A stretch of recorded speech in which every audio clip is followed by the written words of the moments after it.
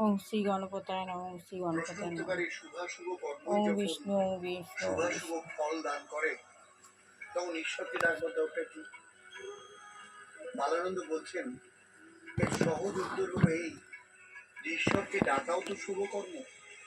এই শুভ কর্মের দ্বারা শুভ ফলে মিলবে, তবে ঈশ্বরকে ডাকবো না কেন?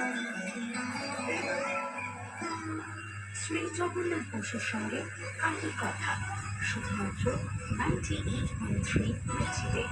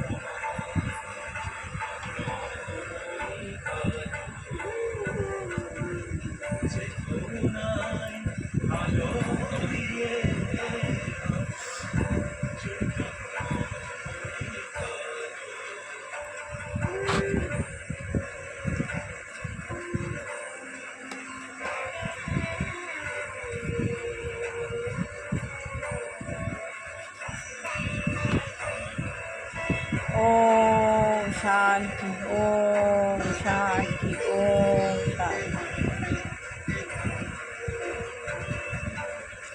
ওম শ্রী গুরুদেব গুরুকৃষ্ণ পরমহংস দেবায় নমঃ।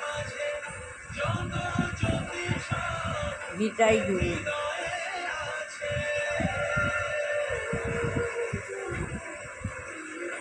মা সরস্বতী নমঃ, মা সরস্বতী নমঃ, মা সরস্বতী নমঃ। লক্ষ্মীতে পায় না, লক্ষ্মীতে পায় না, লক্ষ্মীতে পায় না।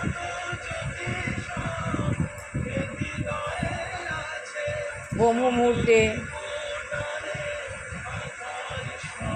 নিজেকে রিচার্জ করে নেওয়া। আমি গীতা পড়ছি না, আত্মজ্ঞান লাভের পন্থা বইটা পড়েছি, আমাদের কীভাবে আত্মজ্ঞান লাভ করতে হয়।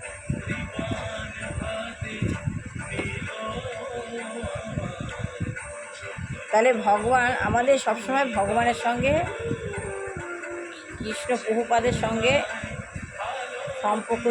সম্বন্ধ যুক্ত করতে হবে। কিন্তু তার জন্য কিভাবে নিজের জীবিকা অর্জন করব, সেই প্রেম নয়, সেই প্রেমটা আলাদা। আর এই প্রেম হচ্ছে ভগবানের সেবা করা, কীভাবে কি ভগবানের প্রতি প্রেমী হওয়া।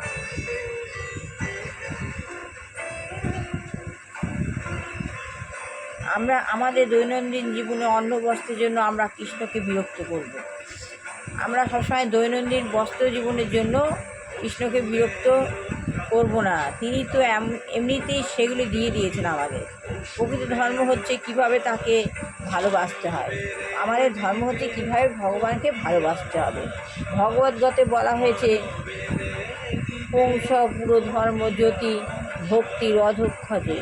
সর্বত ধর্ম আমাদের শিক্ষা দেয় কোনো রকম স্বার্থ ব্যতীত ভগবানকে ভালোবাসতে হয়। ভগবানকে ভাসতে হয় কোনো রকম স্বার্থ ব্যতীত। ভগবানকে ঘুষ দেওয়া যায় না।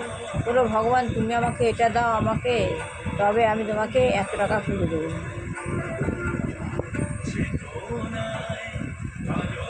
ভগবানের প্রতি ভালোবাসার জন্য কোনো শর্ত থাকতে পারে না। আমি যদি কোনো কিছু লাভে আসে ভগবানের সেবা করি, তাহলে সেটা ব্যবসা, প্রেম নয়। প্রকৃত ভগবত প্রেম হচ্ছে অহৈতুকী প্রতিহত্যা। কোনো জনকারণে তা প্রতিহত হয় না, তা অহৈতুকী। কেউ যদি সত্যি ভগবানকে ভালোবাসতে চায়, তাহলে তাতে কোনো রকম প্রতিবন্ধকতা থাকে না। সে দরিদ্রই হোক, ধনী হোক, যুবকই হোক, বৃদ্ধই হোক, কৃষ্ণাঙ্গই হোক, শ্বেতাঙ্গই হোক, সকলেই ভগবানকে ভালোবাসে। সবাই ভগবানকে ভালোবাসতে পারে। সব কটি পথেই সেই একই গন্তব্যে গিয়ে পৌঁছায়। সব পথেই একই গন্তব্যে গিয়ে পৌঁছবে। সবার চিন্তাধারাই এক হবে।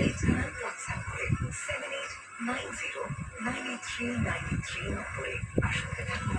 শুধু রুটি রোজগারের জন্য ভগবানকে প্রেম করবো তা নয়, ওটা হচ্ছে অহেতুকী। শ্রী বহুপাল বলছেন না, 4 রকমের মানুষ হয়েছে 4 রকমের: কর্মী, জ্ঞানী, যোগী ও ভক্ত। এই তাদের সকলেই লক্ষ্য ভিন্ন ভিন্ন। কর্মী যে তার আলাদা চিন্তা, জ্ঞানী যে তার আলাদা চিন্তা, যোগী যে, ভক্ত যে, তাদের সকলেরই লক্ষ্য আলাদা। কর্মীরা জড়জাগতিক লাভের আশায় সেই পরিশ্রমের উদ্দেশ্য হচ্ছে কিছু টাকা উপার্জন করা। কর্মীরা কী করছে? জড়জাগতিক লাভের আশায় কর্ম করে। যেমন শহরে বহু মানুষ দিনরাত কঠোর পরিশ্রম করছে, তাদের সেই পরিশ্রমের উদ্দেশ্য হচ্ছে কিছু টাকা উপার্জন করা। তারা হচ্ছে সকাম কর্মী। জ্ঞানী হচ্ছেন যিনি ভাবেন আমি কেন এত পরিশ্রম করছি। পশু পক্ষী কীট পতঙ্গ অন্যান্য সমস্ত জীবেরাও তো বৃদ্ধি অবলম্বন করে কর্ম করছে না, তবু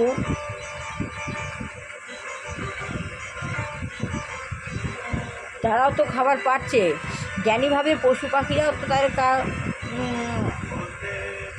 তাদের খাবার সংগ্রহের জন্য কাজ করছে। পশু পাখিরা তো তাদের খাদ্য সংগ্রহের জন্য কর্ম করছে না, তবু তারাও তো তাদের খাবার পাচ্ছে। পশু পাখিরা কিন্তু মানুষের মতো জীবিকা অর্জন করে না, কিন্তু খাবার পেয়ে যায়। তাই জ্ঞানী যারা সে ভাবছে পশু পাখিরা তো কাজ করছে না, তা আমি কেন কাজ করব? তাদের তো খাবার জুগে যাচ্ছে, তাহলে আমি যদি কাজ না করি, অনর্থক কাজ করি, তাহলে কঠোর পরিশ্রম করতে কেন যাব? যে জ্ঞানী সে ভাবছে আমি কঠোর পরিশ্রম করবো না, মনে মনে ভাবছে পক্ষান্তরে আমি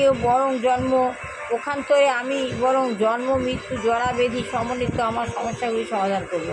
জ্ঞানী বলছে পক্ষান্তরে আমি কী করব? আমি জন্ম মৃত্যু জরা ব্যাধি সমন্বিতা করে তার সমস্যাগুলি সমাধান করব। জ্ঞানীরা অমর হতে চায়। জ্ঞানীরা কী হতে চায়? অমর হতে চায়। তারা মনে করে যে তারা যদি ভগবানের অস্তিত্বে লীন হয়ে যেতে পারে, তাহলে তারা জন্ম মৃত্যু জরা ব্যাধি জয় করতে পারবে। জ্ঞানীরা মনে করে যে আমি ভগবানের সঙ্গে যদি লীন হয়ে যাই, তাহলে আমি জন্ম মৃত্যু জরা ব্যাধি জয় করতে পারবো। আর যোগীরা নানা রকম অলৌকিক শক্তি প্রদর্শন করার জন্য সিদ্ধি লাভ করতে চায়। যেমন এক ধরনের সিদ্ধির ফলে যোগী অত্যন্ত ক্ষুদ্র হয়ে যেতে পারে। আপনি যদি তাকে একটা ঘরে দরজা বন্ধ করে আটকে রাখেন, তাহলে সে অতি ক্ষুদ্র কোনো ছিদ্র দিয়ে সেখান থেকে বেরিয়ে আসতে পারে। এই ধরনের অলৌকিক শক্তি প্রদর্শন করে যোগীরা অসাধারণ মানুষ বলে স্বীকৃতি লাভ করে যোগী যারা। তবে আধুনিক যোগীরা অবশ্য কেবল কতগুলি দৈহিক কসরতই দেখাতে পারে, তাদের কোনো রকম সিদ্ধি নেই। আধুনিক যোগীরা তাদের কোনো দৈহিক কসরত দেখাতে পারে, আমি ঘরের ভেতর আটকে রয়েছি বেরিয়ে আসছি, কসরত দেখাতে পারে, কিন্তু তাদের কোনো শক্তি নেই, অলৌকিক শক্তি নেই। অবশ্য কেবল কতগুলি দৈহিক কসরত দেখাতে পারে, তাদের কোনো শক্তি নেই। কিন্তু প্রকৃত যোগীর অলৌকিক শক্তি হয়। প্রকৃতি শক্তি যে গেতা অলৌকিক শক্তি থাকে, অবশ্য তা জড় চিন্ময় নয়। এইভাবে যোগীরা যোগসিদ্ধ কামনা করে জ্ঞানীরা জড়জগতের দুঃখ দর্শন থেকে যুক্তি কামনা করে। কর্মীরা জড়ভোগ লাভ করতে চায়, কিন্তু কর্মীরা, কিন্তু ভক্ত নিজের জন্য কিছুই চান না। তিনি কেবল ভগবানের প্রতি স্বতঃস্ফূর্ত প্রেমে বশবর্তী হয়ে তার সেবা করতে চান। যে ভক্ত সে শুধু ভগবানের নাম করে ভগবানের সেবা করবে, ঠিক যেমন তার শিশু সন্তানের সেবা করে, ঠিক যেমন তার শিশু সন্তানের মা সন্তানের সেবা করে। তার সন্তানের প্রতি মায়ের যে স্নেহময়ী সেবা, তাতে কোনো লাভের প্রশ্ন নেই। সন্তানের প্রতি মায়ের যে সেবা থাকে, তাতে কি কোনো লাভ আছে? কোনো লাভ নেই। শুদ্ধ স্নেহের বশবর্তী হয়ে তিনি তার সন্তানের সেবা করেন, শুদ্ধ বশবর্তী হয়ে সে সেবা করেন। ঠিক ভগবান আর ভক্তের মধ্যে সেরকমই প্রেম থাকবে। এইভাবে যখন প্রেমের স্তরে উন্নীত হওয়া যায়, এইভাবে যখন আমরা প্রেমের স্তরে উন্নীত হচ্ছি, সেটি হচ্ছে জীবনের পূর্ণতা। আমরা যদি এইভাবে ভগবানের প্রতি উন্নত স্তরে পৌঁছতে পারি, তাহলে জীবনের উন্নতি লাভ হয়। কর্মী, জ্ঞানী অথবা যোগীরা ভগবানকে জানতে পারে না। কর্মী, জ্ঞানী অথবা যোগী তারা কেউই ভগবানকে জানতে পারে না। কেবল ভক্তরাই পারে ভগবানকে জানতে। সে কথা শ্রীকৃষ্ণ ভগবদ্গীতায় বলেছেন, ভক্তা মামাভি জানাতি। জানাবি। তা ভক্তই কেবল ভগবানকে জানতে পারে, কর্মী জ্ঞানী অথবা জয়ী কেউই পারে না। ভক্তির মাধ্যমেই কেবল ভগবানকে জানা যায়। কৃষ্ণ কখনই বলেননি যে অন্য পন্থার মাধ্যমে তাকে জানায়। কৃষ্ণ কখনই অন্য পন্থার মাধ্যমে তাকে জানায়, কৃষ্ণ কখনই বলেনি। না, কেবলমাত্র ভক্তির মাধ্যমে আপনি যদি ভগবানকে জানতে চান, তাকে ভালোবাসতে চান, তাহলে অবশ্যই ভক্তির পন্থা হবে। তাহলে ভগবানকে যদি আপনাকে জানতে হয় একমাত্র ভক্তি, অন্য কোনো পন্থায় তা সম্ভব, অন্য কোনো পন্থাতে তা সম্ভব নয়।